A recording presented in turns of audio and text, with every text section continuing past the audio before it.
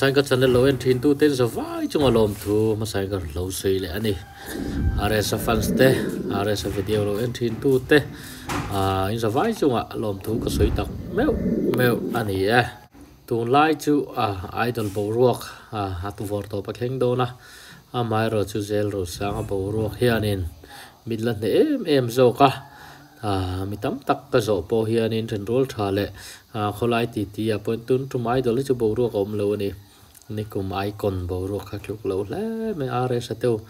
te kha chu top 10 chho vela fu chiang lo mo ti khang lai vel la an sakatangin bo ruak an nei hut to ti te po kha kholai ti ti le mi soi nuam ti lo ni zel boka chu wangin are sa video kan lo en ho le zel don bok ani umal so mate na Thailand kal na kha ni ya are sa rasian ula ne nan lam na kha ni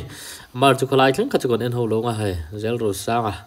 alar limani ya tu na chuna cher ke rol nau pang sak me tu na chuna kum te po lo pata mel te po lo ha deu ta lo cher ko me lai chon he tu ma ke rol wang lai ta ni zel ro sang lo man lo me ma chu ti ro ni han lar tho Thailand kal le Thailand so na tong me ma chu mi nu chuan USA kal le icon tu nai bo ru ka pe chuan in USA kal ngal thei om chun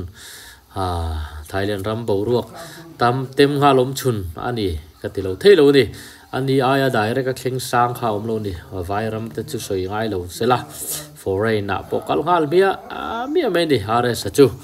tuna kan ai to lo hian in he kha bo ruak khan tong phado ning ka thelo ni lo tong phan ni le lo mo man ni me ya ani hi chu pakhat na ni lo ma chung hian in pakhat na ai ma hian in bo ruak ka tong sang zo ko ni mal som ni dong na sa ni chu wangin zel ro sang video hi en ho no ma reaction han bei po hian no ma fan teu hian en na tam tak hian in han midang video han da hen chu ni en tu an nei thalaware sa video chu en hal zung men share zung me ya like comment share te hello war so la subscriber te po tam takamu pha ka lom le mai ti kha ka soi tu bok ani lo me asin. Hatilete.